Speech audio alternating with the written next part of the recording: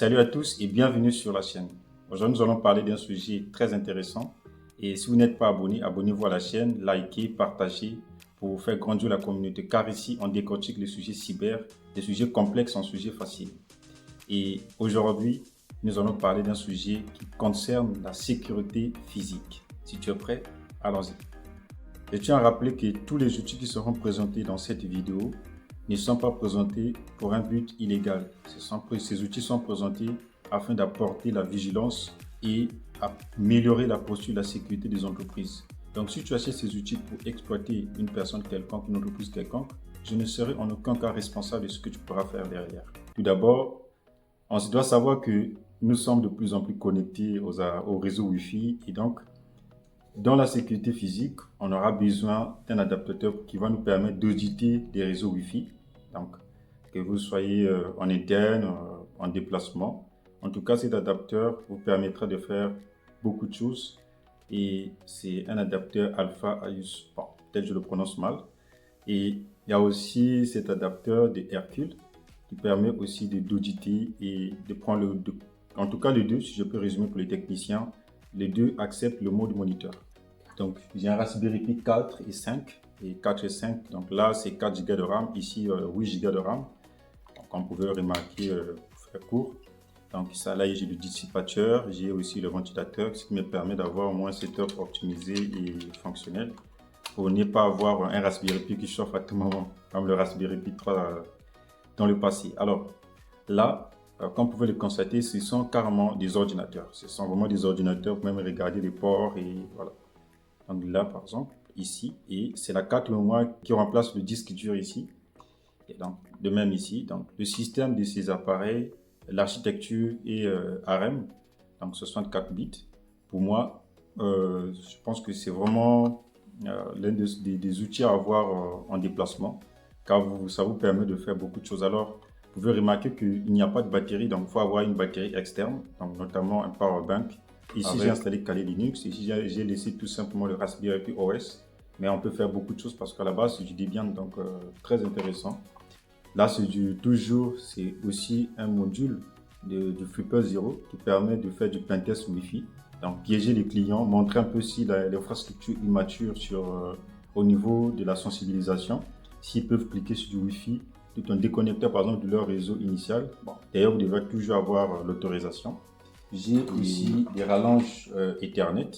Donc là, par exemple, si toujours dans un cadre légal, vous accédez par exemple au bâtiment et vous constatez que l'imprimante, il y a un port qui est là pour voilà, connecter l'imprimante. Vous pouvez vous aussi vous connecter, par exemple, vous pouvez connecter le câble ici et le port ici va occuper l'imprimante et l'autre port va occuper votre Raspberry Pi.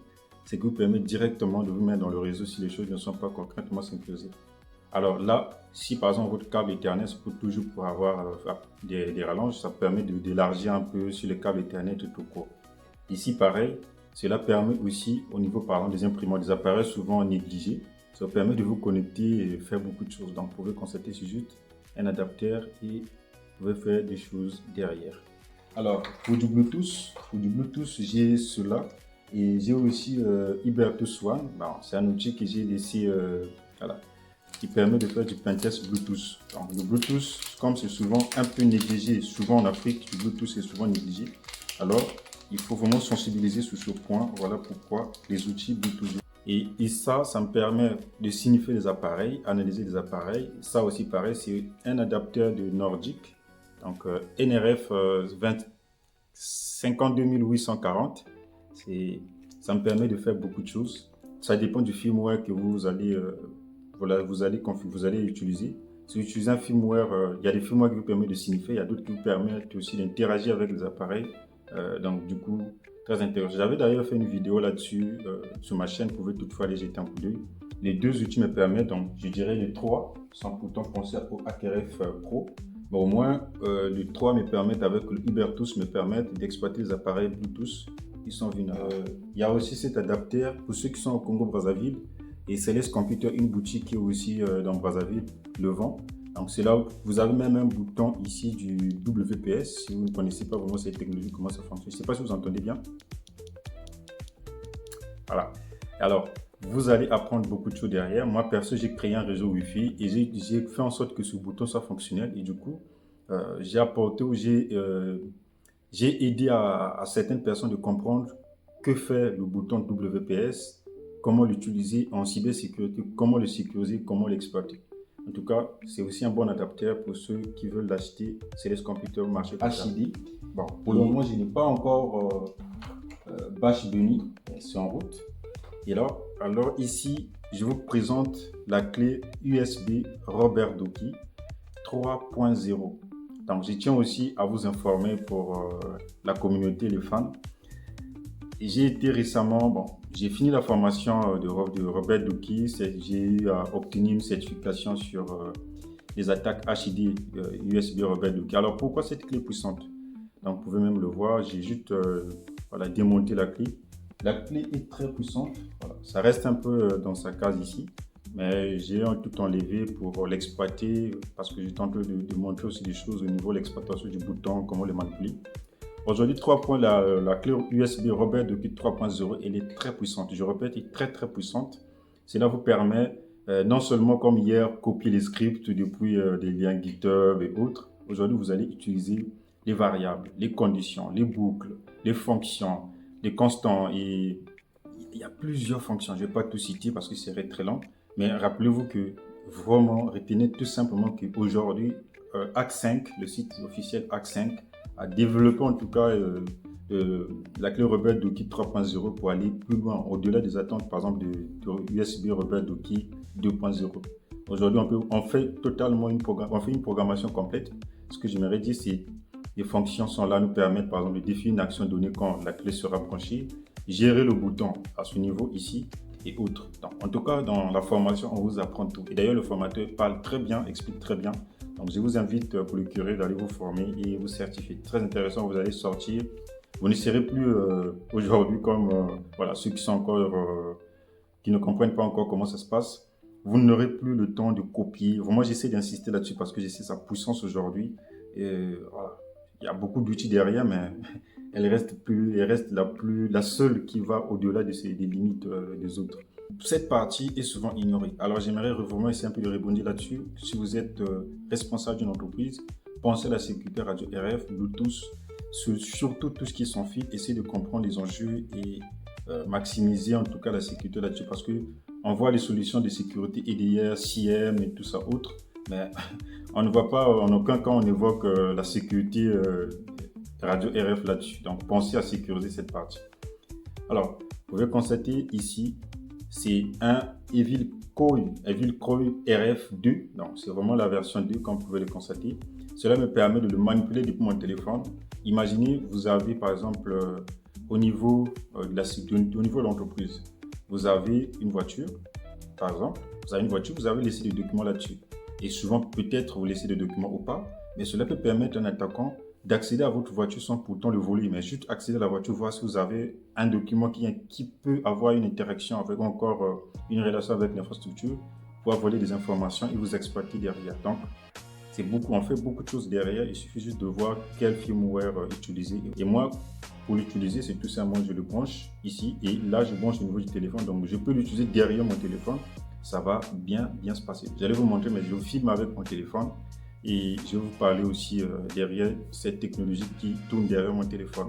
Bon, le plus connu, le Flipper Zero. Bon, alors le Flipper Zero, ce n'est pas vraiment un outil que vous allez dire, voilà, ça suffit pour faire du pentest physique, mais cela vous accompagne dans beaucoup de points, sans pourtant aller au-delà de chaque point, mais cela vous accompagne à avoir au moins les bases et vous pouvez exploiter des choses, notamment, il fait aussi des attaques HID, de radio RF, aussi des RFID, NFC. Vous pouvez aller plus loin, les bas du USB, donc ce que j'aimerais dire tout simplement avec du HID. En fait, qu'est-ce que ça veut dire HID? Parce que j'essaie de le dire, mais j'essaie de le dire depuis longtemps, mais je ne sais pas d'expliquer qu'est-ce que c'est. C'est tout simplement l'acronyme du Human Interface Devices. Donc, tout ce qui est comme outil de plug and play. Donc, lorsque vous les branchez, voilà, vous pouvez l'utiliser directement. Voilà, vous pouvez aussi émuler ces équipements avec le Flipper Zero. Aller au-delà aussi avec le Wi-Fi, avec le module que je vous avais montré. Voilà, si je prends ça, si on le branche, vous pouvez constater qu'il va, voilà. Si je le branche comme ça, vous voyez que là, il y a la lumière et je peux faire des choses et comme je vous avais dit à propos de cet adapteur. Il y a aussi le Proxmark 3 Easy qui me permet de cloner les cartes, les badges d'accès, les cartes NFC. Je peux rappeler par exemple des infrastructures qui impriment avec des cartes. Et avec ça, c'est carrément le jackpot. Vous allez cloner. Et d'ailleurs, même le Flipper Zero le fait. On avait déjà fait un test avec un client. Avec le Flipper Zero, j'avais pu cloner carrément la carte. Comme j'ai aussi des cartes NFC, RFID, ce qui me permet de cloner et me faire passer parce que vous allez voir avec une carte légale, vous allez vous dire c'est une carte réelle, alors que j'ai cloné une carte et l'utiliser. Voilà. Je pense qu'avec ça, c'est déjà bon pour vous parler un peu du résumé. Mais ce que j'aimerais partager avec vous, c'est qu'il y a aussi une technique, pas une technique, mais un système complet qu'on peut installer dans un téléphone Android. Bien que ce n'est pas tous les téléphones, ce sont vraiment des téléphones spécifiques qu'on appelle Kali Net Hunter. Kali Net Hunter, c'est quoi? C'est une image de Kali qui fonctionne en version mobile. Ce n'est pas vraiment Kali totalement avec tous les outils nécessaires qu'on peut installer dans Kali d'une distribution complète dans une machine.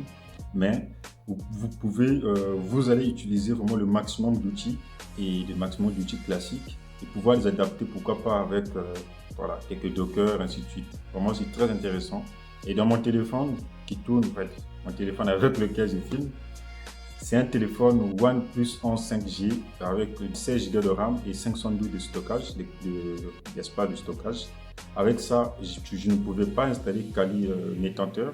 Ce que j'ai fait, c'est juste le router et ensuite prendre l'application Thermix et pouvoir utiliser complètement mon téléphone.